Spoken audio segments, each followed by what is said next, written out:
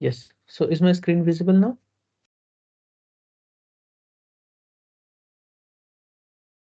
My screen is visible, right? Yes, It's sir. loading for this. It's not yet visible for me. Maybe it's visible. For me, it's visible. Okay. Okay. Yes. So I'm sorry I did not start the recording earlier. So I was saying that Python NumPy package is used very extensively in Python as they can handle multi-dimensional array. And these packages are very useful when we are doing exploratory data analysis or we are doing machine learning. And these are built because we can use it in other mathematical operations like linear algebra or maybe Fourier series analysis and so on. And this NumPy stands for numerical Python. All right. So it is very efficient in memory storage as well as doing operations. We will see how it is efficient as compared to other data objects in Python like lists and other objects we'll see. All right. So yeah. So we'll see how we can import this library NumPy and then we'll see how we'll create arrays. So numpys are actually used to create arrays in Python. So we'll say import numpy. So we can directly say import numpy, but since we'll use this abbreviation, so we have to use numpy dot something because if we import random, we have to say random dot something. So for the ease of our coding, we'll just write a alias for this. So the general alias for numpy is np. All right, you can change it to anything, it doesn't matter.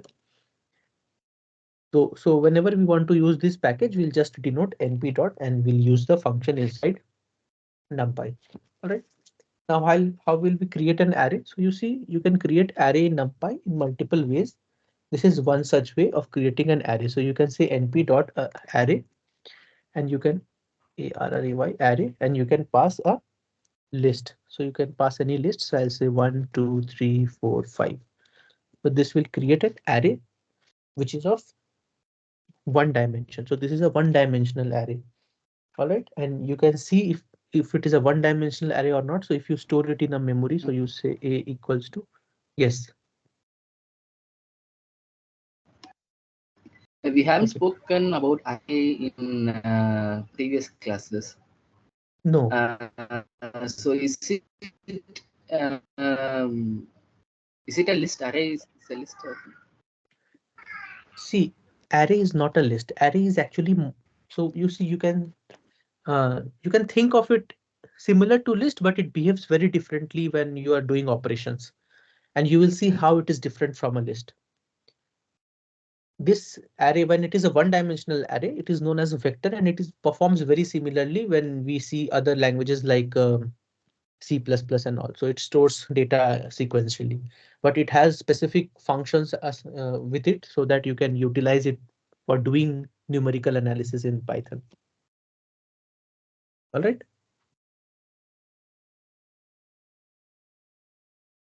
So you can assign this array to a variable Okay, which is okay, sir. a, and you can check the type of this array with the function. I guess it is nd type. So you can say a dot d type, I guess. Yes. So if you do a dot d type, it tells that what is the data type of the objects which are inside this array. So you see we have assigned all integers inside this array. And when you do that, then these are all integers. So you get the data type of this, the elements of the array are integers. And mind you, all the objects inside the array will have the same data type. So if it is float, then it will be float. So if you say 1.0, 2.0, 3.0, 4.0, and 5.0, then it will be float 64. All right. Now you can also create an array using a function We called cannot create arrange. a array with integer and floating point mixed digit. No, it will all be float. So this 5 will also become float. So it is a collection of similar data types. You can have arrays of integers, you can have arrays of booleans, you can have arrays of floats, you can have arrays of strings, but all the elements will have the same data type. All right. So we can also create array using the np function called arrange. So it is np.arange.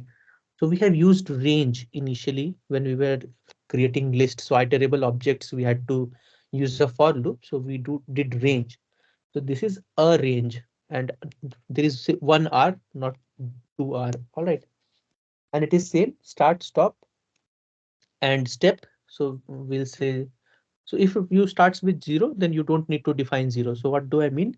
When you had to write range, so if the start is zero, you don't need to define the start. So you can just write the stop. So I'm just saying 10.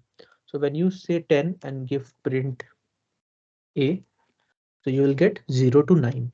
If you say start, so if you want to start from 2, then it will be 2 to 9. And you can check the type of this a. So you can say type, sorry, type type a. So it is a NumPy ND array. It is actually ND array, right? This is the type of this object. So this is a function, and you can also have steps. So if you just, I'll copy this and I'll say step is, so I'll just say 20 and step is 3. And if you print a, so you will have 2, then it will have 3 difference between the two numbers will be 3. So it will go to 5, 8, 11, and so on, and 20 will not be included. All right. Now I said that this is very memory efficient. So these arrays are very memory efficient and provides very fast numerical operations, and we'll see that now. All right, so let us define one array, first list. So let's, I could not understand, A dot brother. d type and type A both are same. No, this d type tells what is the type of the elements which are present in the array, and this type is saying what is this object a. So a is a array, nd array, numpy array, but a contains objects which are of type float. Okay. All right. So this type tells what is the type of this variable. Okay. You don't. Okay. All right. So we'll see. First, we'll create a list. So I'll say list. All right. And I'll create a list. L is equals to. We'll use range. Let us say 1000. All right. And what we'll do is we will create another list, which is square of the all the elements inside this list. So I'll use a list comprehension. If you remember, I'll say I asterisk asterisk 2. Sorry, 2 for I in L. All right. So this is list comprehension, and there is one time it function you can use to time the time it takes to do this operation. All right. So you can say percentage time it. It will tell you what is the time it took to perform this operation. So it is saying, so what it does is it performs this operation multiple number of times, and it takes the average, mean, and standard deviation. So this is the mean 217 milliseconds, and this is the standard deviation 1.61, not milliseconds, microseconds. Yeah, mean plus minus microseconds, and it did 7 runs. All right, so it gives some time, uh, time it takes for this to run. All right, it may vary upon computer. So in your computer, this time will be different, should be different actually. Not should be, may be different. Yeah. Now I'll create a NumPy array. So I'll say NumPy array. And what I'll do is I'll say a equals to np.arrange. I'll just say 1000. So it has same number of elements. So when I say L range, it starts with 0. Steps is 1. So 0, 1, 2, 3, 4 till 1000. So there are 1000 elements in this array. This 1000 is not included.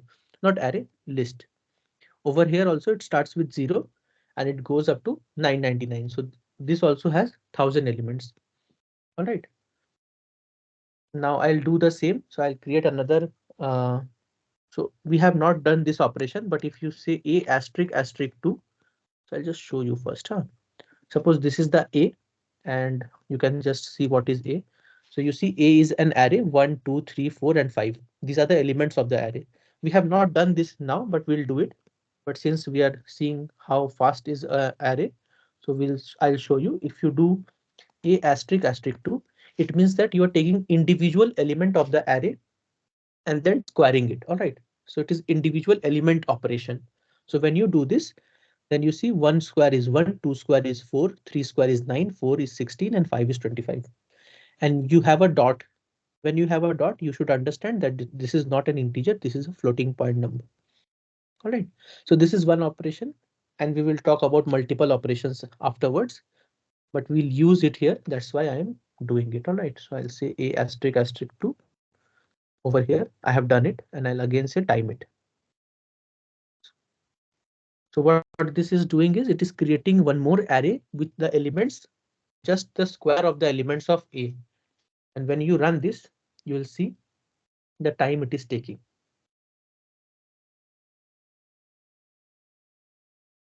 So you see this took 843 nanoseconds, and this is taking 217 microseconds.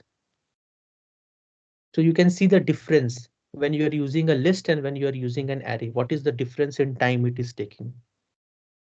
And in your computer also the time will be different, but this the difference between these two will be approximately 2 to 300 times.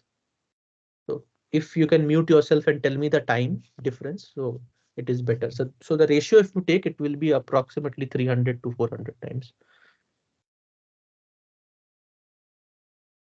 I guess more than that. So this is 1 microsecond. Okay, it's more than that. It's quite more. 200 times, 200. Yeah, approximately 400 times. So can you mute yourself and tell me?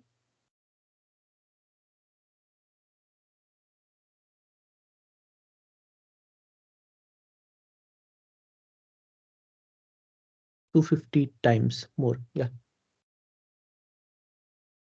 Are you following along or not?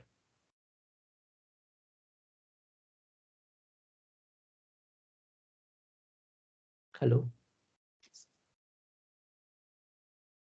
Yes, sir. All right. So Ramprakash, do you want to say something? All right.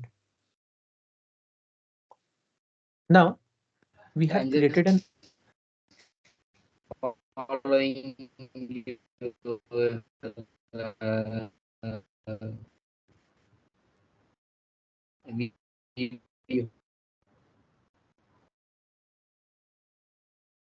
Ramprakash, your voice is breaking. I guess you are not in a very good connectivity area. All right. All right. So I'll just create another array called A, which is A is equals to arrange. And let me do it till 20. And we'll just see what A is. So when you np.arrange, and when you do, you see this is what A is. Now you can check the dimension of this array by a.ndim. This helps you get the dimension of this array. So you see it is saying one dimensional array. All right. And you can get the shape of this array by saying a.shape. When you say a.shape, it will give you the shape of this array. It is saying 20 comma nothing. So it is not saying 1. I'll tell you why, but it is just saying there are 20 elements in this array. And why there is nothing here, it means that it is a one dimensional array similar to a list.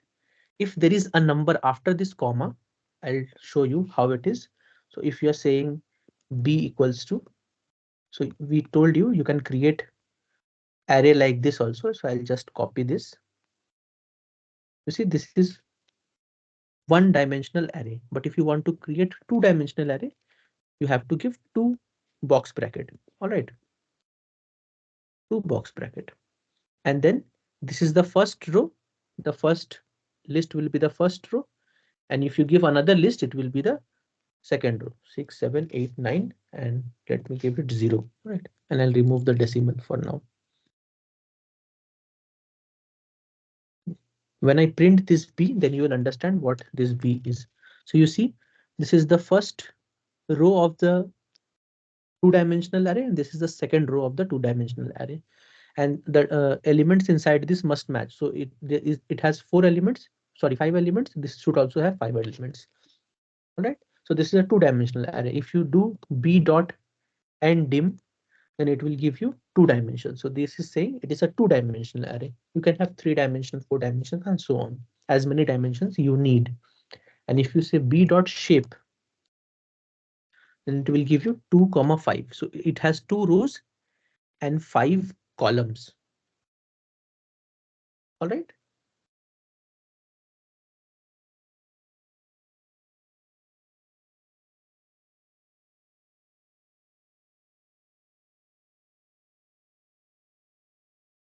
You can also have, so you see, this is a two-dimensional array. That is why you are getting 2 comma 5.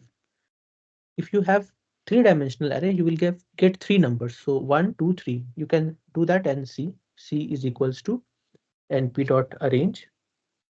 And if you do 3 box bracket, the first box bracket will be the first dimension.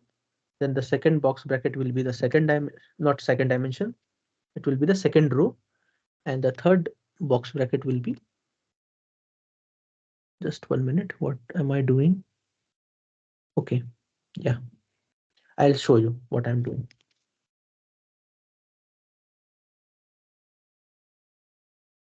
So it is difficult to create, you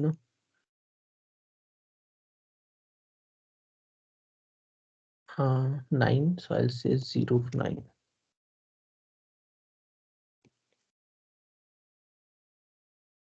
So let me see what I have created.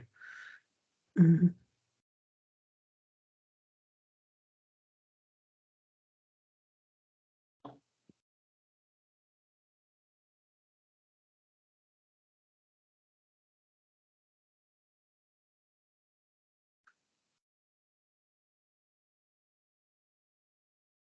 Okay, I'll show you how to create. Let it be. So you see, you can create a one-dimensional array by using arrange. So you can say arrange, ARANGE, and you can say 100 elements. So not 100, let it be 90 elements. np.arrange. What is C? C has 90 elements from 0 to 89. All right. Now you can change this. So this is a one-dimensional array. You can change the dimension of this array as and when you need using the function called reshape. All right. So you can do c dot reshape, and you can make it a two-dimensional array. So you should have r cross c. So what is r cross c? You can do 9 cross 10. So if you can do 9 cross 10, 9 comma 10, then it will become two-dimensional array. So you see it has 9 elements in the column and 10. So it has 9 rows. 1, 2, 3, 4, 5, 6, 7, 8, 9, 9. Yeah, 9 rows and 10 columns. All right. You can also reshape C in 3 dimensions, but this number multiplication should be there. Otherwise, it will mismatch. So if you have 90, so 90 is not appropriate. It should be 3 cross 3 cross 3. So 9 elements. If C has 9 elements, then it will be better. So I'll say D is equals to this, and I'll say 9 elements. So when D has 9 elements, you can just make it D dot reshape. You can say 3 comma 3 comma 3. 3 comma 3 comma 3 is 27. Yeah, 27. Now you have 27 elements. So these are the 9 first. So this is the first matrix in the first dimension. So this is the second matrix in the first dimension, and this is the third matrix in the first dimension. So it is difficult to represent a three-dimensional array in a surface. That is why we are having an issue. All right. So this is some of the ways you can create array.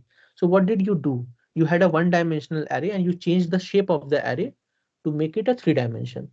Similarly, over here, you had a one-dimensional array and you change the shape of that array to make it 2 dimension. And in this way, you can make other arrays also. All right. Any questions here? Can you try 4 dimensional array, sir? Sorry, I couldn't hear you, Ram Prakash. Could you repeat? Is it possible to create a 4 dimensional array? Yes, you can do that. All you have to make sure is the dimensions are all right. So if you have 2 cross 2 cross 2 cross 2, so it will be 16 elements. So you can say E equals to np dot arrange. You don't have to use arrange also, but you can. I'm doing it using arrange. You can use random numbers also to create arrays. I'll show you now. All right. So if I say 16 and if I print E, so it is having 16 element. Even if you do E dot reshape 2 comma 2 comma 2 comma 2, it will give a 4-dimensional array. And it is difficult to represent a 4-dimensional array, but you can see it is 4 dimensions by counting the number of box bracket. So it is 4 here and 4 here. So it is actually, and you can use the shape function. So you can say E dot shape and it will give you, okay, E has not changed, right? So if you E is equals to this and then you do, then it will say 2 cross 2 cross 2 cross 2. It is a 4-dimensional array. And if you do E dot ndim, then it will tell you that it is 4-dimension. You see, it is telling you that it has 4 dimensions. Okay. And we are actually in creating arrays. I'll just name over here. So we are in creating arrays. So we have till now seen 2 ways to create an array. First is to use a list. So if you pass a list to np.arrange, it creates a list. The second way we have seen is using np.arrange. There are more ways to create arrays. One way to create an array is called np.linspace. So what is np.linspace? So I'll just use a equals to np.lin, and it has two. So it has three, it needs 3 parameters minimum. It needs a starting point and the end point. And the last, it needs how many number of points you need between these 2 points. So think of it as a line. Just it starts from 0 and ends at 1. And it is asking you in how many points you want to break this line in such that all the points are equidistant from one another. So if you say 11, so it will give you equi-spaced points. So it is 0.1, then this is also 0.1, and this is also 0.1, and the number of elements in this array will be 11. So it starts with 0 and goes till 1. Right. Equi-spaced points are given using linspace. It is actually linear spacing. This full form of this function is. Any questions?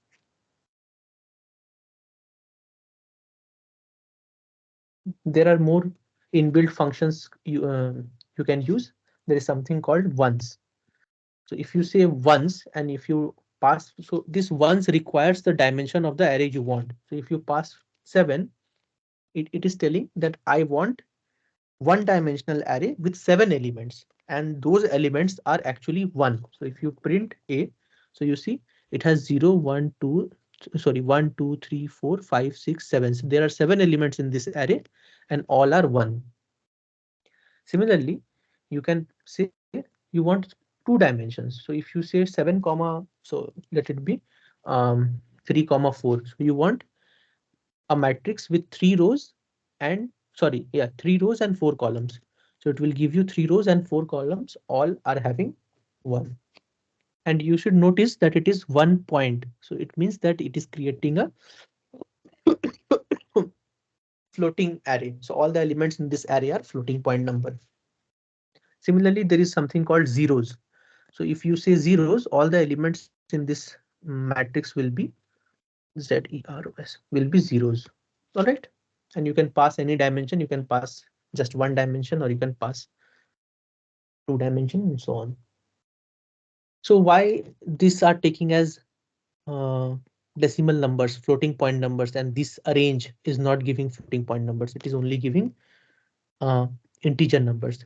You see, when we generally use matrices in defining matrices in mathematics, we generally need this kind of matrices, zeros matrix, one matrix, identity matrix. And in mathematics, most of the calculations are actually done in decimal numbers. If you take sine, log, exponent, etc., that is why it is giving a floating array. All the elements are floating array. All right, so it is in built in Python. You can change, actually, you can change the data type of this by defining something called dtype. So you say, if you are saying a equals to arrange, and what is arrange? Okay, np.arrange. It has a start point, so you can say 4. It has an end point, you can say 20, and it has a step. I'm not giving step now.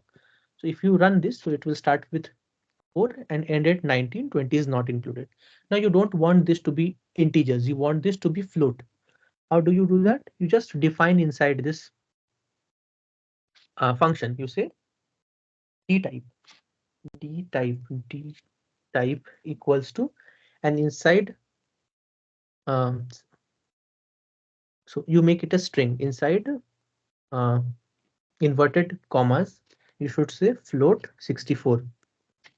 Then it will give you floating point numbers inside the array. All right. Is it all right? So this has made arrange elements as floating point numbers. Now we have talked about zeros. There is something called I. What is I? You see, identity matrix is a thing in mathematics. Identity identity matrix. All right. When you say np.eye, so here we don't use I, we use EIE. So this is how the function name is defined. We cannot do anything about it. Yeah, somebody is unmute. Do you want to ask anything, Danish? Hello. Yes. I'm audible? Any questions? Hello. I'm audible. Hello. Yes, you are audible. Hello. You are audible. Do you have any question? Am I audible? Ram I'm Prakash, audible, am I sir. audible? Yes, you are audible.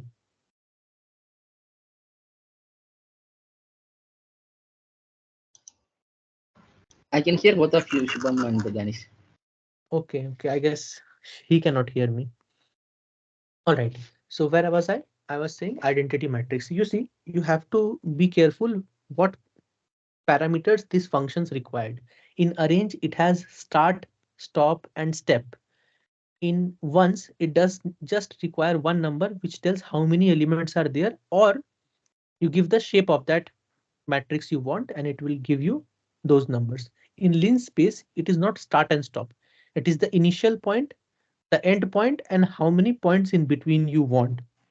Similarly, this I wants you to tell the, so you see, identity matrix are generally square matrix. It cannot be that you have an identity matrix and it is not a square matrix.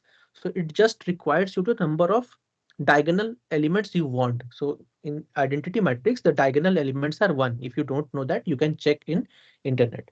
So it just requires you to give the number of diagonal elements. So if you say 4, then it will give you a 4 cross 4 matrix with the diagonal elements as 1. All right, and you see all the elements are floating point numbers. Now you may have a case if you are not working in mathematics that you don't want a square matrix, you want a 4 cross 3 matrix. So if you want a 4 cross 3 matrix with elements 1 in the diagonal, then you can do that by saying like this. So what it will do is it will give the diagonal elements as 1. And since it is not a square matrix, so it will remain as it is, but it will try to make the diagonal elements as 1, starting from the first element. Right? These are not required so much, but since you can do that, I have told you how to do that. In this also, in mathematics, there is something called diagonal matrix. So you see, identity matrix are diagonal matrix where the diagonal elements are 1, but diagonal elements are some may be something else also. So you can specify what are the diagonal elements and define a diagonal matrix. So you can say diagonal DIAG and you just pass the elements using a list. So you say 1, 2, 3, and 4. So I need a 4 cross 4 matrix with all elements 0 except the diagonal elements, which are 1, 2, 3, and 4 in this sequence. All right. So this is how you will get 1, 2, 3, 4. These are not super important, but still I'm telling you. Now these things will come important. You want random elements in the, sorry, random elements in the matrix. So if you want to use random, so initially when you wanted to use random, you had to import random module. But inside NumPy, random is already defined, so you don't need to import random right now. You can just say np.random. All right. And we have a function inside this random module called rand. And it will require you to pass the number of elements you need. So if you say 4, then you will get a one-dimensional array with 4 elements. And these numbers are actually uniformly distributed between 0 and 1. All right. Uniformly distributed.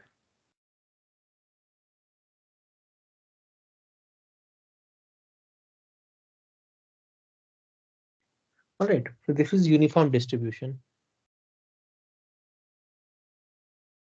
Now inside this function, you can pass a two-dimensional so size. So if you pass 2 comma 3, then you will get okay. Okay. You cannot do that. All right. So you can just do reshape. So if you want a two-dimensional matrix, so 2 comma 3, you can have 6 elements. So you get the 6 elements and do dot reshape. And you say 2 comma 3.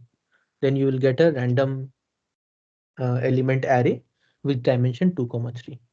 All right. Now there is a function called randn. So you can say np.random.randn. You see, this rand actually uses uniform distribution between 0 and 1. But if you do randn, that in you then it uses standard normal distribution. Okay. So if you say 6, then you will get standard normal distributed values. All right. These values are actually, if you have done probability, you will understand what is standard normal distribution. Actually, in standard normal distribution, the mean of the value is 0 and the standard deviation is 1. And the random variable can take any value between minus infinity to plus infinity. But so I'll show you standard normal distribution. It is better.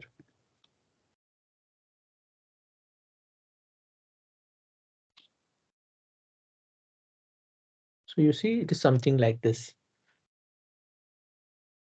It goes so it is not showing here, but it goes from minus infinity to plus infinity. All right. And most of the values are distributed in the center. So around the center, not in the center, around the center. All right. So from those distribution, the values are coming. And now you can do just reshape 3 comma 2, and you'll get a matrix with 3 rows and 2 columns. Any questions?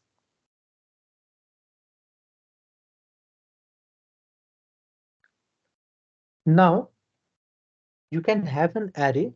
So you see this numerical Python packages. So this NumPy package is actually, or module is actually created to do numerical analysis in Python, mathematical analysis. So you may require complex numbers. So this NumPy package has complex number handling complex number ability. So you can define an array with complex numbers. You just have to pass complex numbers, and the imaginary number is defined by j. So you can say 1 plus 2j and 3 plus 7j. So you have an array with 2 elements. The first element is 1 plus 2i. Actually, in mathematics, imaginary number is defined by I, and 3 plus 7i. All right. You can have an array with Boolean numbers. So you can say np.arrange, not arrange, sorry, array.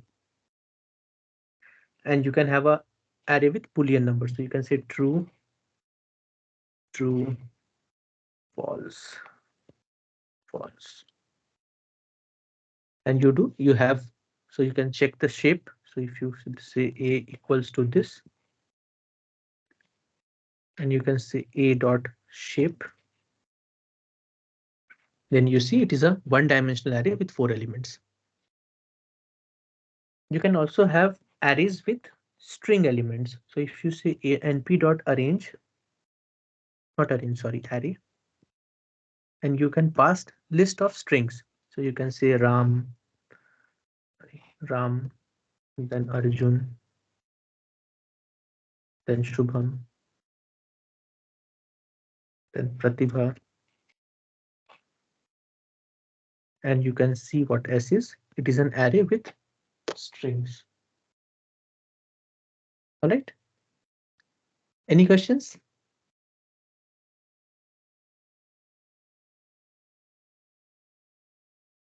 So these are all the things. No, sir. So these are all the ways you can create NP array, ND array. All right. Now we'll go to indexing and slicing. All right. So you can just create one-dimensional array and change it to 2-dimension, 3-dimension, and so on.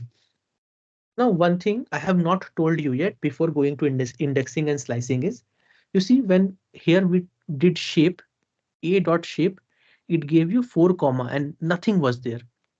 It means it is a one-dimensional array. All right. But in Python, you can have a one-dimensional array with one row. So what do I mean? You see, I'll define a array a equals to np dot array. And if you pass a list, so you're passing a list 1, 2, 3, 4, 5, 6, and you do a dot shape. So you see it is giving 6 comma nothing. Now in this only, if I do this and instead of a list, I enclose this inside one more box bracket, you see it becomes a 2-dimensional array. Why? How do we know that? I told you if you want to know the dimension, you can just count the number of brackets. You see there are 2 brackets, then it is a 2-dimensional array. This is 3 brackets, so it is a 3-dimensional array, and so on. So over here, I defined with 2 brackets. What is this? It is 1 row and 6 columns. All right. When you do a dot shape, then it will give you 1 comma 6. Similarly, suppose you have 6 comma 1, so you can have 6 comma 1, 6 rows and 1 column. So you do this 6 rows and 1 columns.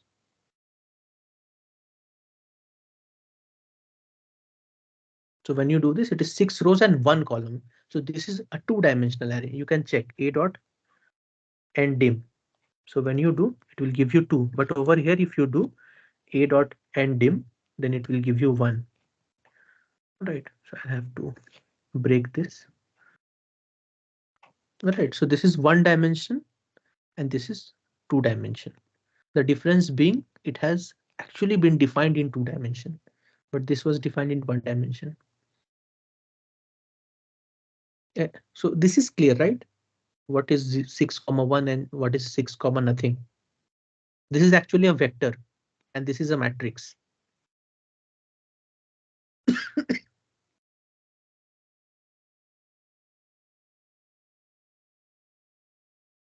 Clear, right?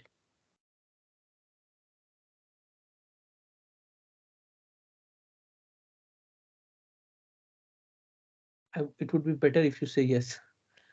I don't get a feedback, so it becomes tricky to know if everything is clear.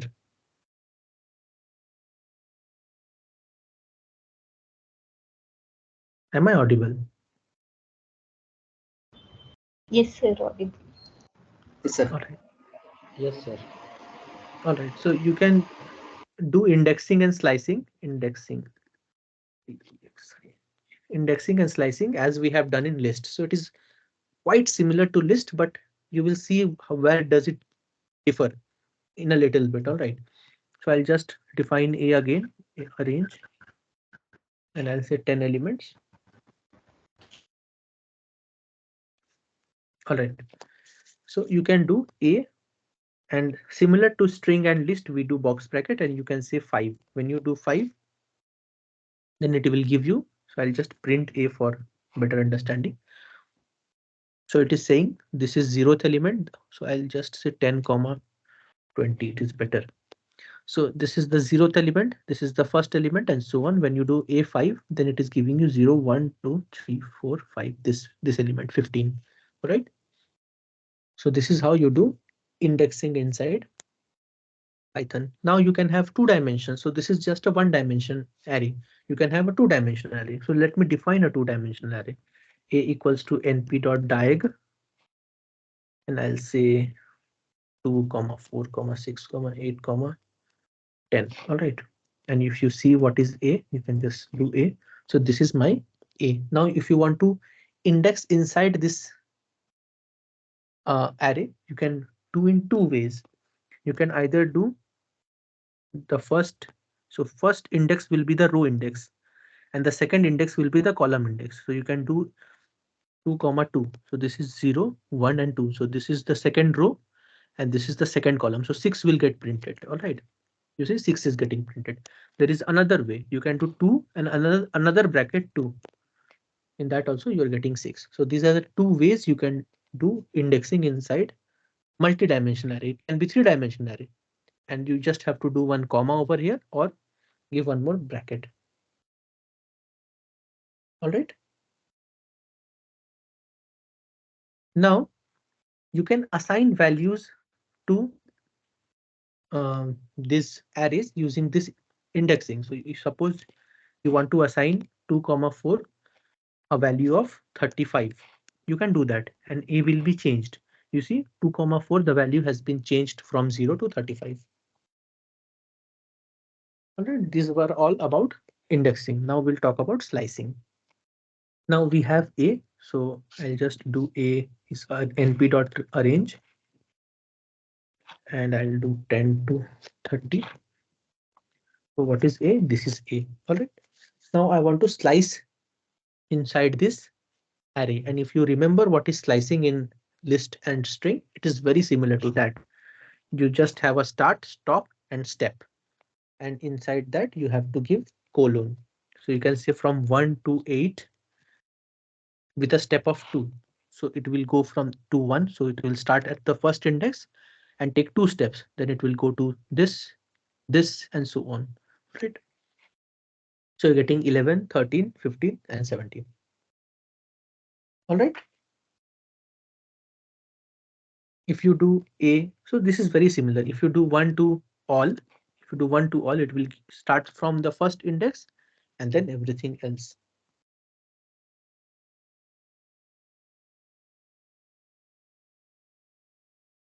You can assign values. You can say a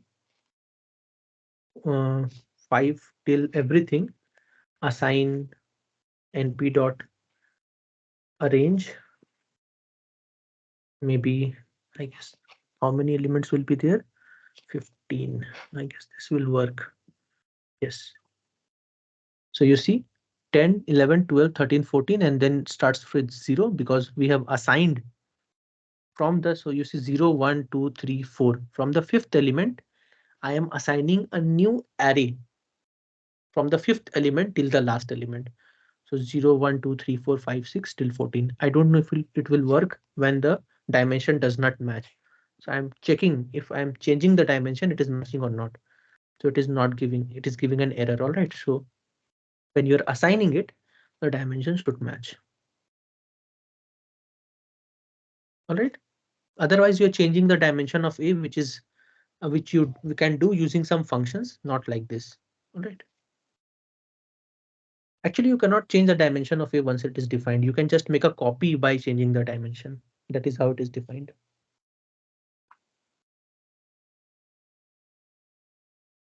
Any questions? Now we'll talk about. Yeah, you can ask questions.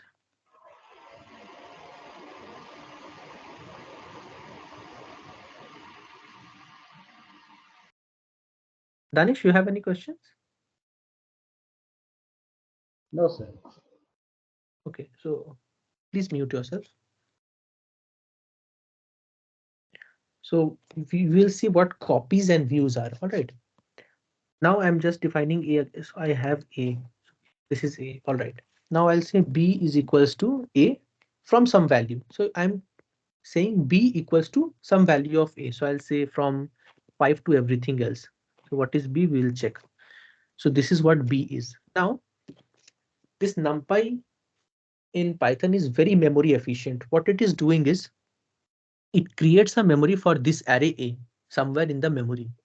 Now it is not copying these elements inside the memory and then assigning a value and then b is pointing to that memory location. It is not doing that.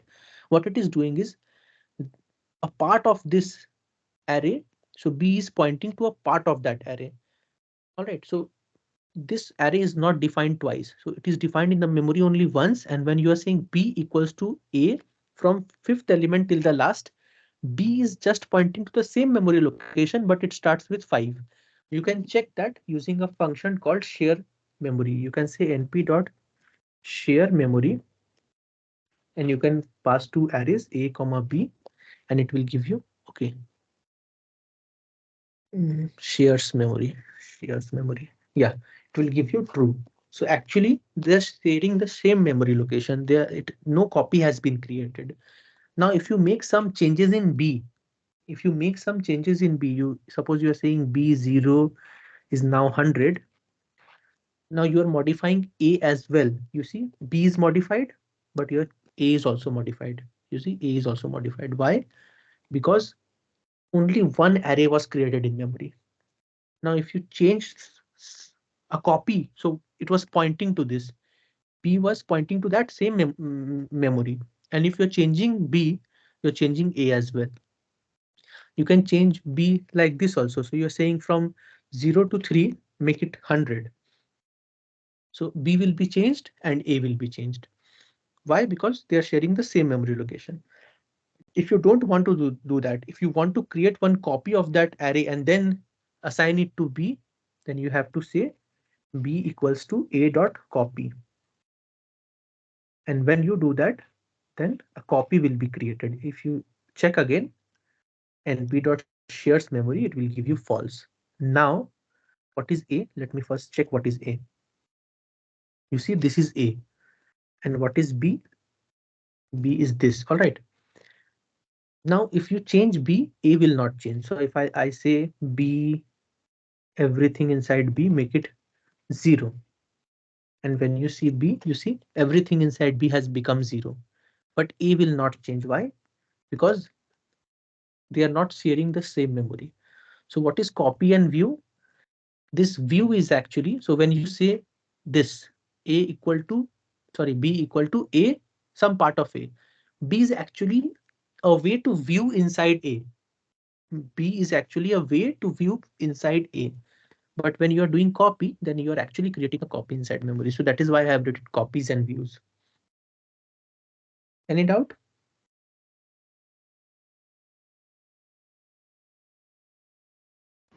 No, sir. Okay.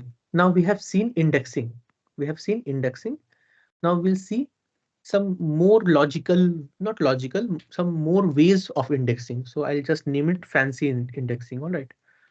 So I'll say fancy indexing. Okay, before we go there, it will take some time. Let us take a break of 5 minutes. We'll meet at 6:59. Right. Okay, sir.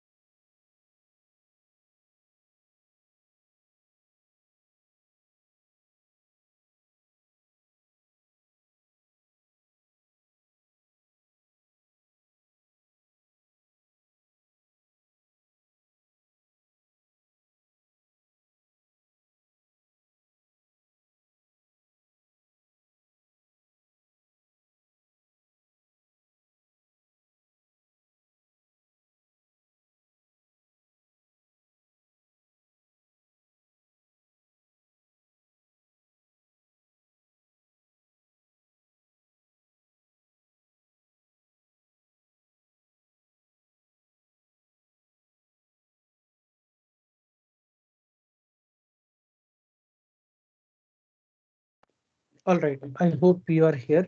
So over here, I did not talk about integer. So there is something called randint. So you can do np.random.randint.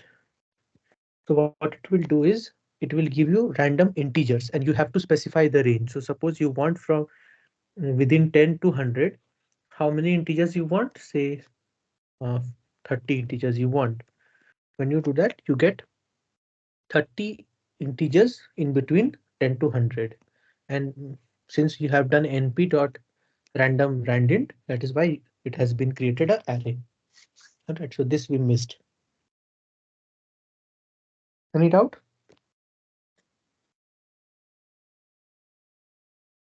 All right.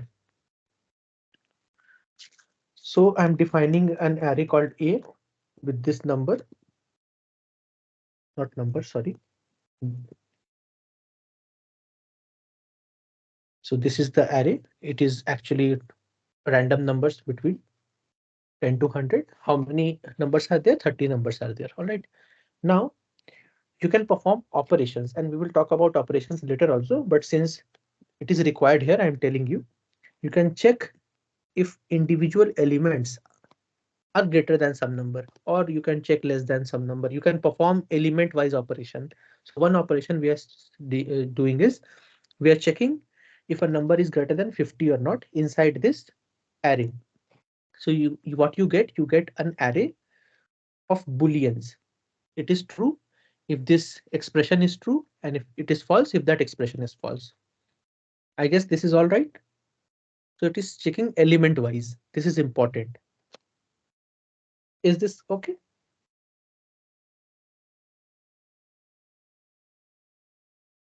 Yes, sir. Now we have done indexing, and in this indexing we all actually gave some number to index inside that string. But in this array, numpy array, you can give a index of boolean matrices or arrays. What I want you to do is, you see, we have a matrix A, which is this, and inside that matrix I want to pass another matrix of booleans.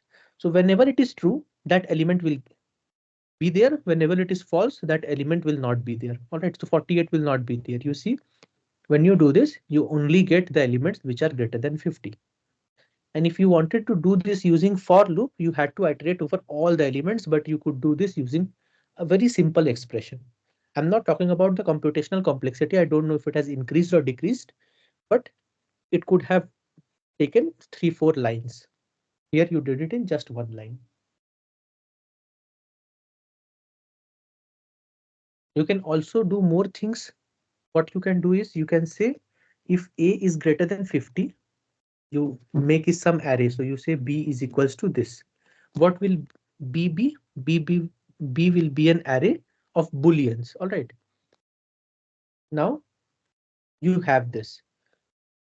Then you can do is you can say A of B. It will be the same thing. You see, what is B? B is just this array. And instead of this expression, you have just given B. Now I don't want this. What I want is I am saying if make this equal to some -1. When you do that, and when you check A, what will A be? Whenever this expression was true, so wherever this was true, those value will be -1. Otherwise, those value will not be the same. All right. So this is a way to change some of the elements inside a matrix with some logical uh, way. So what you want? You wanted all the elements in this array which are greater than 50 to become -1. So we made this expression and we got a Boolean array, and we indexed inside this array with that Boolean array, and we said whenever this array is true, make those elements as -1, and therefore we got this matrix. Not matrix, this is an array because this is a single dimension array vector. Any doubt? So these are the ways it is defined in Python. So this is how the Python developers chose to do it. And these are very useful when you're doing pandas operations. I'll not go into that depth in pandas, but when you do analysis using pandas and when you use pandas, you will see that these kind of indexings are very common in pandas. Suppose you have a data of some website and you want to check if the user stayed in that website for more than 2 minutes. So these kind of indexing, so you have that data in an Excel sheet, you load that data in your Python workbook or memory, and you just filter out. So it is very useful to filter out data and change, manipulate data and all. All right. So these are very useful indexing techniques when you are working with real life data.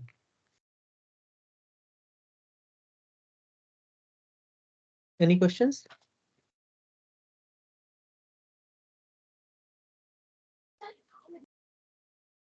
So this is one way of indexing. There are other ways of indexing as well. So you can index using integers. So I'll write index using, I'll not write integers, index using indexes. Oh, it is, I'll write integers. So I'll define A. So A is np.arrange, and I'll say it is from 10 to 30. What is A? A is this. All right. Now what I want is I want the elements in some index. Suppose I want the third index. So this is not third index. This is second index, fourth index, and eighth index. So I'll just pass a list. I'll say get me second index, fourth index, and eighth index. And it will only give you the elements in these indexes. So you see you got 12, 14, and 18. Is it all right? You can assign values as well. You can say that in these indexes, say 5, 7, and 9, assign -1. And you see in these indexes, 5th, 7th, and 9th, you have -1. And mind you, A is changing. The original array is changing. All right. Any doubt? Please see if you have doubt, then we'll proceed with element wise operation, which I was talking about since the first code we had written.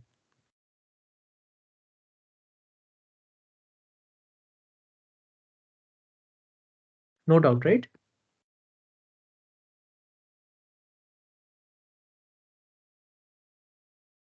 All right. So we have A. We have, let me define A properly. So np.arrange, and I'll say 10. All right. And we'll see what A is. This is A. Now you can do just basic operations. When you say A plus 1, so what it will do is we will talk about broadcasting. It is a very important concept, but for now, you understand what it is doing. It is taking individual elements of these arrays and then adding 1 to it. All right. So if you see what it is doing is it is taking individual elements of this array and adding 1 to it.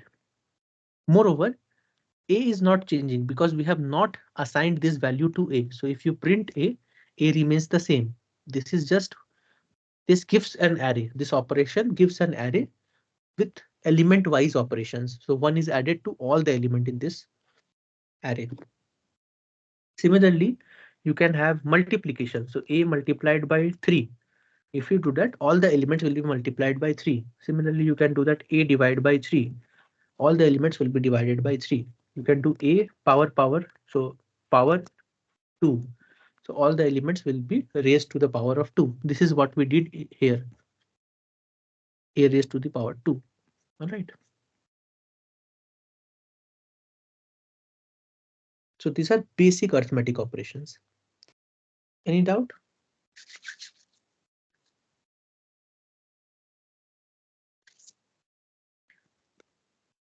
Are you guys following or is it becoming difficult?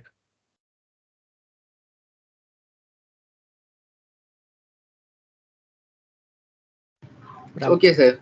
I'm not replying because my internet is a little bit slow. Okay. Pratibha, I guess you are aware of this NumPy and Pandas packages because in your Yes, sir. project I saw you used. Yes, sir. I have used this. Yes. So when I do np.1, so I have So first let me do this. What b is this. Now when I say plus 1, then 1 will be added element wise. All right. Now, so initially we did very basic operations, but you can have operations in between two arrays. So you see you have A and you have B. But to do operations in two arrays, you should have the same dimensions. So B I'm defining 10. All right. So these are 10 elements in the array and A also has 10 elements in the array. So now you can do operations between these two arrays. So you can say A minus B. All the individual element wise operations will occur. So first is 0 minus 2. So you will get minus 2, then minus 1 and so on. You can do A multiplied by B. This is also element wise multiplication. All right. So individual element wise multiplication will be done. All right. Similarly, you can have um, A by B. I guess B is no 0. So you should see if some value is 0 or not when you are doing divide, because it will become undefined. All right. So it will be element wise division. Now, when you have multiple dimensions, so these are one dimensional array, but if you have multiple dimensions, then these operators behave differently. So suppose I have an array called C equals to np dot diagonal, and I'll say it is 1 comma 2 comma 3 comma 4. All right, and we'll see what C is. So C is this. All right. Now when you say C multiplied by C, so this will not do element wise operation. This will do matrix multiplication. So I hope you know what is matrix multiplication. The row will be multiplied by the column and so on. So this is matrix multiplication. But if you want to do element wise multiplication with two matrices more than one dimensions, then you have to do C dot C. Right. So this will actually be element wise dot product. So why is the result coming same? Because this is diagonal matrix. So if you change C, then it will be better if you say 2 equals to 7. So this is what C is. You can see what C is. So I have done. Okay, I have not told you what this is. So I'll say 2 comma 4 3. So I have changed this 0 to 7, and when you do C cross C, it becomes okay.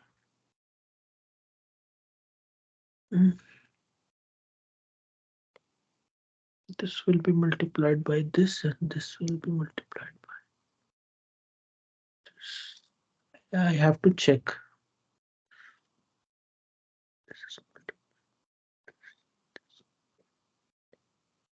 Yes, yes, yeah. Yes, correct. So this is actually doing matrix multiplication and this is doing dot product. Am I correct? I have to check. I guess I'm correct, but I have to check again. All right. If you find out, please text me. All right. Yeah, but one is doing matrix multiplication and the other one is doing dot product. And I'm pretty sure that this is doing matrix multiplication and this is doing dot product. All right. Now you can also check if the element wise Boolean checking. So we have done equal to, not equal to, greater than equal to, less than equal to. You can do all those also. So we know A and B are of the same dimensions, right? So you can just say A equal to B. So it will give you false, false, true, false, false, false, false. So element wise Boolean checking is done. Similarly, you can do A is greater than B. Then element wise checking will be done. A is less than B will also work. Less than equal to will also work and so on. Now, if you don't want to do element wise operation, if you want to just check if matrix A is exactly the matrix B, then there is a function called np.array equal. When you do this and give two matrix, it will just give you one value, which is either false or true, depending upon if A and B are same matrix or not. All right, I hope it is clear. Now you can also do logical operations. So you know about logical or, logical and, logical not, and so on. And logical operations are only done in so logical operation will also only be done in logical values, that is true and false. So I'm defining an array which is either elements are either true and false. How are we doing it? You see, we have told that you can change the data type of the element is it has. So I'll do 1 comma 1 comma 0 comma 0 and I'll say d type. We have talked about this. We'll say bool. Now what are we doing is we are saying that these elements are not integers, they are booleans. So wherever it is non-zero, it will make it true, and whenever it is zero, it will make it false. You see, true, true, false, false. It is non-zero, it will be true. So this is also true. All right. So I'm just keeping with 1 and 0. This is how it works in uh, computer science. I'll just take this and I'll just define one more and I'll change it from 0 and I'll do 1. All right. So this is A and this is B. Now you can do logical operations. You can do np.logical or, and you can say A comma B. And when you do this, then you will get logical logic. So I'll print B. You see, true or true will be true. True or false will be true. False or true will be true. False or false will be false. Similarly, you can do logical and. So you can do logical logical logical and when you pass two matrices A comma B, then you will get logical and. So true, true is true and all the others are false. All right. Now you can also perform mathematical operations. So I'll just say A equals to np.arrange. I'll say 10 maybe. And now you can do np.sign A. So all the element wise it will take and it will give you the sign value of that element. All right. So it will take 0, sign 0 is 0 and so on. Sign 1 is, and these are all radians. All right. So when it is doing sign 1, so 1 radian, sign 2, 2 radian and so on. All right. You can do log also np.log A. And when you do this, then all the element wise log is taken. So this is log to the base E. If you want to do log to the base 10, so you can just say log 10 and A. This will be log to the base 10. Similarly, you can get exponent. So you can write exp and give A. So it will take element wise exponent. So e to the power 0, e to the power 2, sorry, 1, e to the power 2 and so on. Because A is defined in such a way. A is 0, 1, 2, 3, 4. So it is taking e to the power 0, e to the power 1, e to the power 2, e to the power 3 and so on. So these are all the values. Now, when you write see this E, it is actually 10 to the power. All right. So this is not exponent E. It is actually 1 into 10 to the power 0. 2.718 into 10 to the power 0. Over here, 3.034 into 10 to the power 2. So this E is actually 10 to the power. But this exponent is actually exponential power. Any doubt?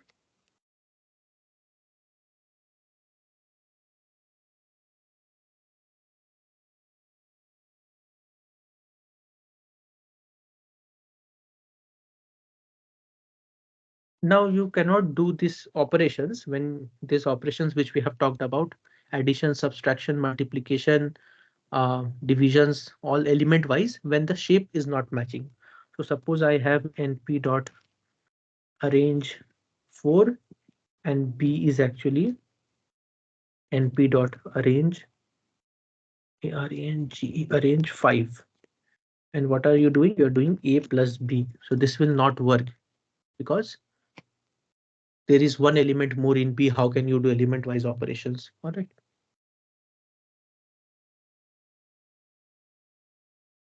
Now we'll move on to basic reductions.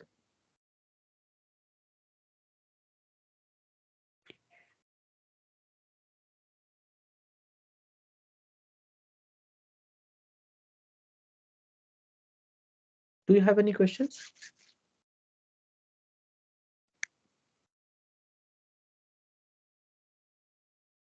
No, sir. All right. So you can define some array. Let me define, say, so I have A. So this is A. All right. Now you can do np.sum A. It will add all the elements in A. Now you can have two-dimension array. So suppose I have C equals to np.array array, and I'll say 2 dimension 1 comma 2 comma 3 comma 4, and one more array is 5 comma 6 comma 7 comma 8. So what is C? Let us see. This is C. Now you can do np.sum, and you can say sorry, not np, yeah, np.sum and C. Now you see this is a 2 dimension array. You can have multiple types of sum. You can do row sum, you can do column sum, or you can do all at once sum. So we'll see all of those. When you do np.sum, so all the elements of C are just added and the sum is given to you. Now in sum, there is something called, so by the way, you can also do C.sum. It doesn't matter, all right, because C is an NP array, and you can just do C.sum and you'll get the same thing. So you just write np.sum C or C.sum, it means the same thing. Now inside this parenthesis sum function, you can pass a value of something called axis. So when axis is 0, it means you are taking one row. And when axis is 1, you are taking column. All right. So when axis is 0, you want this row added to this row. All right. So when you do this, you get 4 elements. So this row is just added to this row. So 1 plus 5 is 6, 2 plus 6 is 8, and so on. All right. And when axis is 1, all the columns are added. So these are added, and so this column 1 5 is one column, 2 6 is one column, 3 7 is one column, and 4 8 is one column. These columns are added. So 1 2 3 4 will be added. It will be 10, and 5 6 7 8 will be added. It will be 26. Okay. Now there is min function m.min, and it works the same way. It will give you 0 because a is 0 1 2 3. You can get a.max. You'll get the same thing. You can say for this also. See, max is 8. You can take axis also in max, by the way. You can say axis, axis is equals to 0. When you do that, then what it will do is it will take the first row and the second row. All right. And it will check if, so in this row, what is the maximum? It is 5. In these two, what is maximum? It is 6. In these two, what is maximum? It is 7. In these two, what is maximum? It is 8. All right. So it takes rows at a time. So in sum, it is better you can understand this row is added to this row. But in maximum, you might say that no, I guess column is it is checking, but actually it is taking this row and it is taking this row, and it is checking element wise. What is maximum? This is maximum. This is maximum. This is maximum. All right. And when you do, so I'll just print C for better understanding. Sorry. Yes. So if you say axis is equals to 1, so it will take column wise. So in 1 5. So you can say in this row it is taking maximum, but this is not how you should remember, because you will get confused when you go to pandas. You see what I am saying? You can say that in this row, what is the maximum? It is 4. In this row, what is the maximum? It is 8. But this is not how Python is doing. It is taking one column at a time, 1 5. Then it is taking 2 6. Then it is taking 3 7 and 4 8. There are 4 columns, and in these 4 columns, what is the maximum in the first element of those columns? What is the maximum in the second element of those columns? And then it is giving you 2 elements, 4 and 8. This is how Python is doing. All right, so max min. Now there is something called argmax and argmin. So I'll say A. So this is not a proper, it will be difficult for to understand. So I'll say np.arrange, and maybe I'll write from, not arrange, I'll say random.randint. From 2 to 20, give me 10 numbers. All right, and this is what A is. So we can do A dot max. So this is the maximum value, and A dot min. So this is the minimum value. Now there is something called argmax and argmin. So you can do argmax. So what is this argmax? It will give you the position of the maximum index. What is maximum? It is 15. And what is the position of this? You can check 0, 1, 2, 3, 4, 5, 6, 7, 8. So it is in 8th position. Am I correct? It should be 9th. No? 0, 1, 2, 3, 4, 5, 6, 7, 8. It is in 8th position. All right. Yes, 8th position. Yeah. Similarly, you can do argmin. So what is minimum? Minimum is 3 and it is in the 4th position. So it will give you 4. Oh, sorry, 3rd position 0, 1, 2, 3.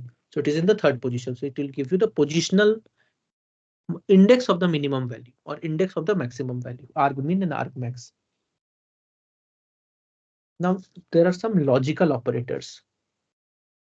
Before that, you can have statistical things also. So suppose you want to see what is the mean or the standard deviation. You can do that using just 1 minute.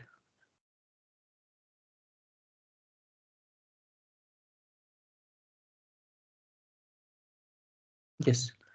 So suppose let me define two arrays. It will be better. No, it can be done over here also. So you have a, you can say a dot mean. And when you do that, you will get the mean of the values of these elements. You can have standard deviation. You can say a dot, I guess std. I guess it is. Yeah. So you can get the standard deviation of the value. You can get the median. So you can say m dot median. So the median value me. Why is not taking median? np.median and I'll pass a. Yeah. Why was it not taking a dot? Okay, I don't know why it isn't taking this way, but it is taking in this way. All right. So you can get the median of the values. Now, so these are for one-dimensional array. You can do this for two-dimensional array as well. So you have C, you have this, and you can do C dot mean. And you can pass axis also. So when you say axis is equals to 0, then it will give the mean of these two values, then these two values, then these two values. So the mean of these two values is 3, the mean of these two values is 4, and so on. For standard deviation also you can pass axis. For median also you can pass axis. All right. Now I'll move on to logical operators. Before that, any questions? Because I guess we have talked a lot about.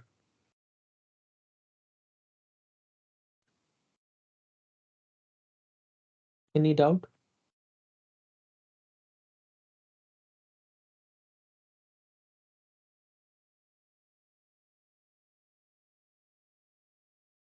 All right. Now we'll say logical. So you see, there are two things we'll talk in logical, all or any. So let me say logical operators.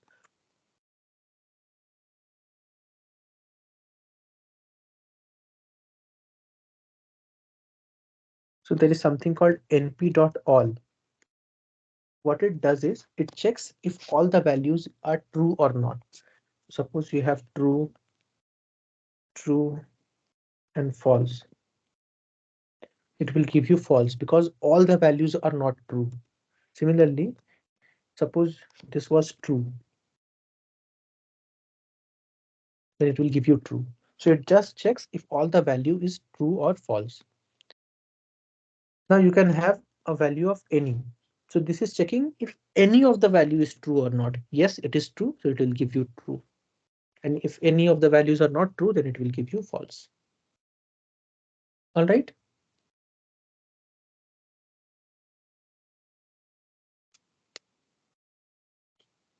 So here we have passed a Boolean array.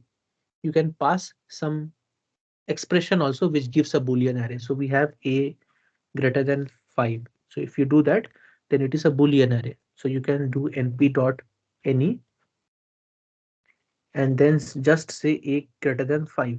So it will give you a Boolean array and you can see it is true because at least one of those are true. All right. So this is how any and all can be used. In doubt?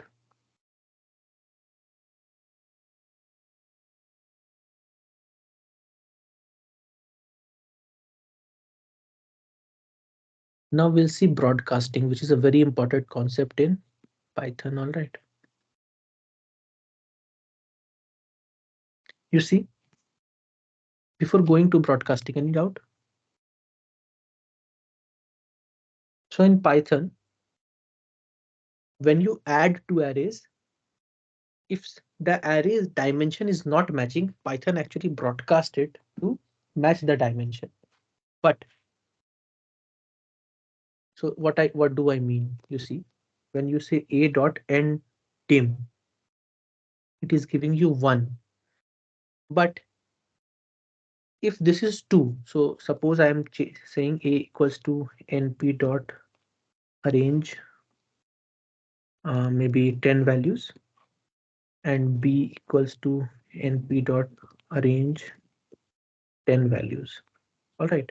So a is this and b is this. All right. Now let me make this 20. So this is a and this is b. Now if you do n dot a dot ndim, so it is giving you okay, ndim. So it is one dimension, and similarly b is also one dimension. Now what I'll do is I'll reshape it. I'll say reshape it to say 10 comma 1. It is being reshaped, 10 rows and 1 column. All right, and I'll just reshape it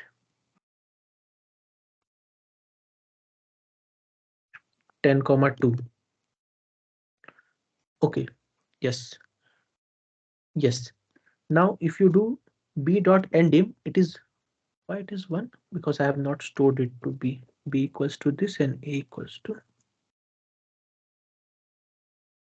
So b's dimension is 2 and a dimension is also 2. But if you check the shape of a, it is 10 comma 1, and if you check the shape of b, sorry, then it is 10 comma 2. So you cannot add it. If you think, you see what is a, if you see what is a, this is a and this is b. If you want to do element wise operation, how can you do that? Because one column is missing in a, there is no there is no second column in a, but Python will allow you to do that. The only caveat is this dimension should match. It should be 2 dimension. This is also 2 dimension. If these dimensions are matching, although the columns are not matching, Python will allow you to do that. And this property of Python is called broadcasting. So I'll just name it broadcasting. It is very important concept. Okay, so how it is doing it, we'll see in this diagram. All right. So you see, we have this is a 3 cross 3 matrix. This is a 3 cross 3 matrix. And when you are adding, you see it is getting element wise added. So 0 is added to 0, 10 is added to 0, 20 is added to 0, and so on. You'll get this matrix. Now you see over here, this is 3 cross 3, but this is 1 cross 3. And you see columns are matching, but the rows are not matching. What Python will do is it will broadcast this to make the dimensions such that this addition operation will occur. So it will just copy 0, 1, 2. So it will copy 0, 1, 2, 0, 1, 2, 0, 1, 2, and it will do the addition. Similarly, if you have this 4 and this is 3, and if you want to add these two, so this should have 3 columns. So it will project the 2 columns and it should have 3 more rows. So it will have 3 more rows and it will do the column wise addition. This is what broadcasting is in Python. Now over here, if you come, these are 2-dimensional arrays. This is also 2-dimension. You see, we had printed dimensions. This is also 2-dimension, and this is also 2-dimension. But it has only 1 column. There is no second column. If you do addition, you will get what you want. You see, element wise addition is done. 0 is added to 0, 1 is added to 2, 2 is added to 4, and so on. And everything is added. You are not getting an error. Why? Because Python is doing the broadcasting for you.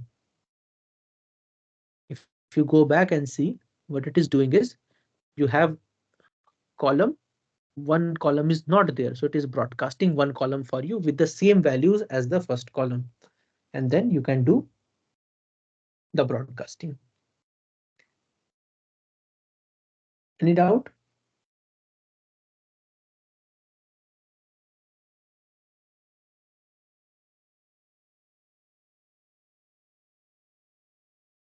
I guess it is too much, so I'll end things quickly. All right, so I'll just show one more last thing. So it is np.array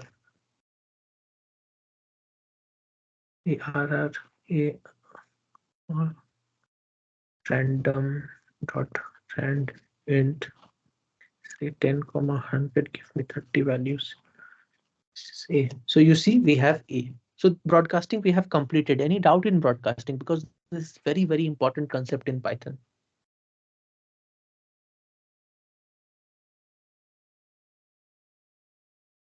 All right, so you can have a sorted array. So similar to the sort function we have used in list, array also has sort function. So you can say a dot sort, and you can just give this function and you'll get a as sorted. So a will be changed. Whatever it was, it will be changed to the sorted array. All right. So it is actually changing the array itself. You can do this with n dimensions array, and you can pass axis. So suppose you have b. So we have b. This is what b is.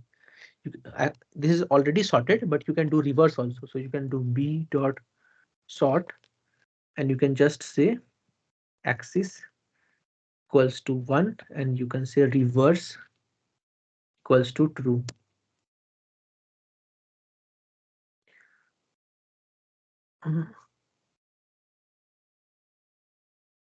There must be reverse.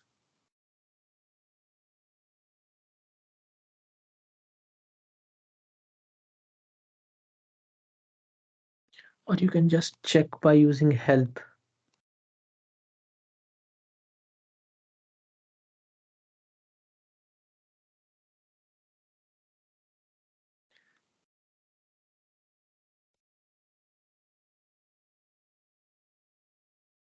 Okay, I guess it is not there. So you can, it is already sorted. That is why I wanted to reverse. But all right, it is already sorted. So what should I do? I'll just define another. So I'll just reshape this A. So I'll just reshape this A. So A dot reshape.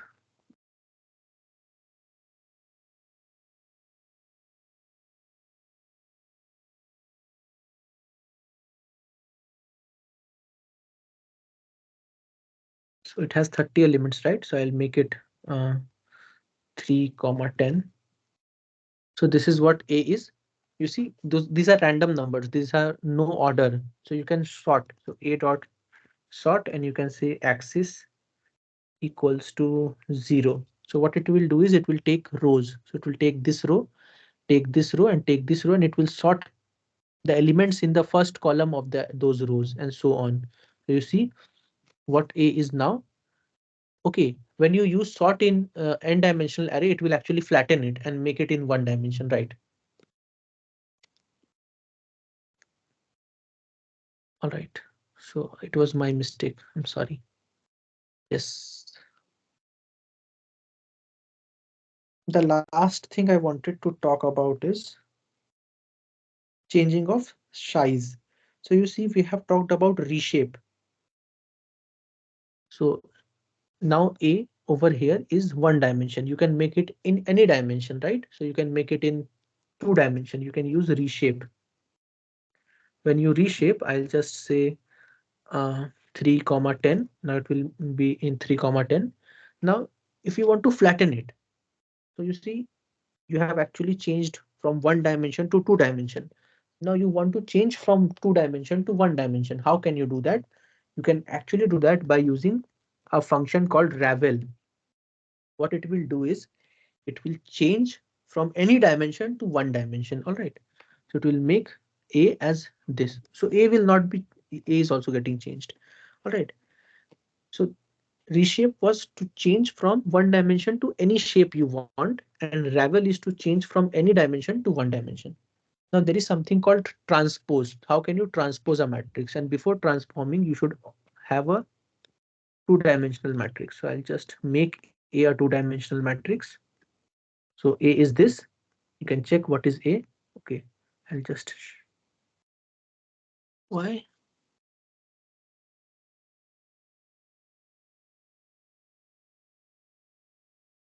3, 10. I guess reshape is not changing the shape in place. Now it is changing. Now what I want is I want this to get a transpose. So you can get a transpose by a dot capital T. When you do a, which is an array, and give dot t, then it will give you a transpose. So this is what a dot capital T is. But I guess a will remain as it is. It is just one copy of that a when it is transposed. So all the columns are becoming rows and rows are becoming columns. All right. So this is the last thing I wanted to talk about, reshaping and transpose.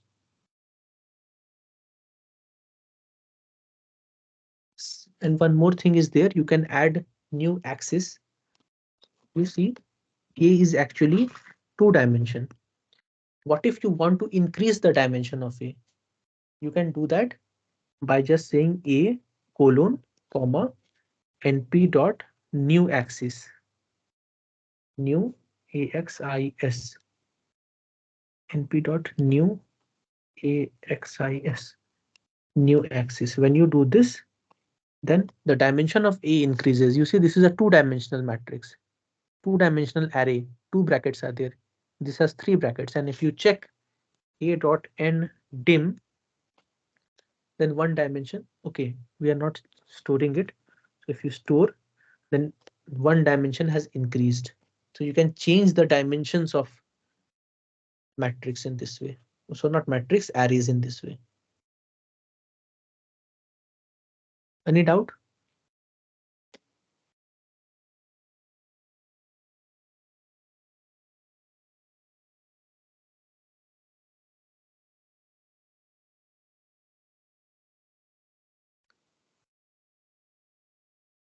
Do you have any doubt? Because this is all I wanted to discuss in NumPy. These are very basic things. I just wanted to introduce the idea of NumPy arrays and what are the things you can do to manipulate those. There is a lot of more things you have to learn if you want to go into deep of NumPy arrays. There are many functions, and these NumPy arrays are basic blocks of other packages like pandas and cbond and etc. All right, so those packages cbond when Excuse me, sir. Yes. Actually, sir, I want to know about where is significance of this NumPy. Actually, I am Yes. working on array or other kind of work, but I need to where is significance. Right. So you see, initially in the first part of the class only, I told you that these arrays are actually very fast as compared to other data types in Python called lists and other things like sets and all. So these data types, these arrays are actually basic building blocks of other packages in Python, other objects in Python like um, data frames when they use those structures to have you can use it in many things like machine learning. So when you do machine learning, uh, data frames are actually made using these arrays. So the basic building blocks of those structures are arrays. Why? Because these arrays are very quick and very efficient in memory management. Not only memory management, in operations also. If you perform operations in a list and if you perform operations in a array, these arrays are very quick to perform operations. And these machine learning things require a lot of data. And if you process those data and your processing is slow, then your program will not run in the time you want it to run it. So these data structures, these are actually um, ways of storing data in your memory and accessing this data. So list is actually what? List is actually a data structure which helps you store data in your memory and access those data and perform some operations on those data. Similarly, these arrays are also ways of storing data.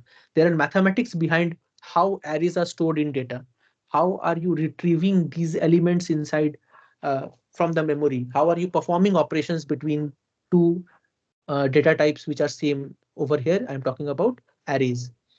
So when you use these basic building blocks to perform heavy calculations, in mathematics also, if you are performing linear algebra or some calculations like that, or maybe Fourier transformation, then you want some data structure which is very fast. Otherwise, your algorithm will not run in the time you want it to run.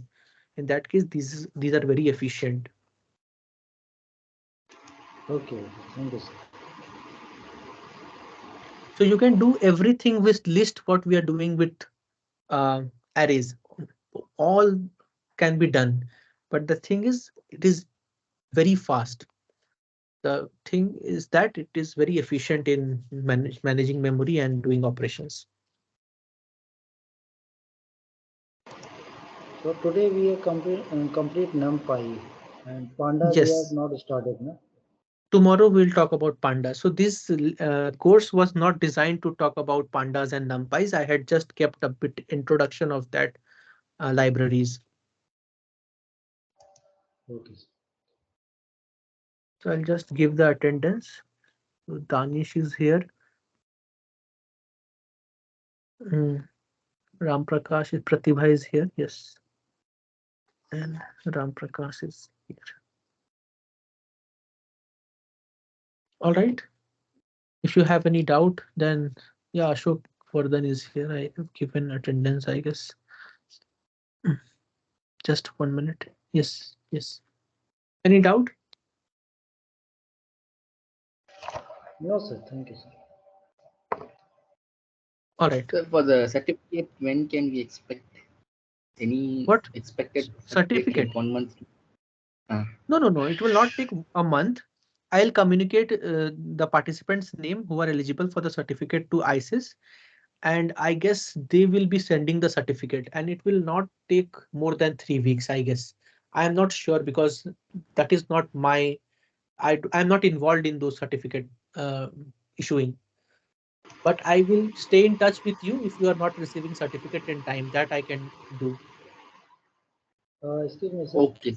Actually, I'm joining late, sir, in this all the lecture, Right, so right. I'm for getting the certificate. So I have given you the time. If you complete it by that time, then I'll communicate with them that they should issue a certificate for you as well. Okay, thank you, sir. All right then. Thank you. Thanks. Sir. Thank you.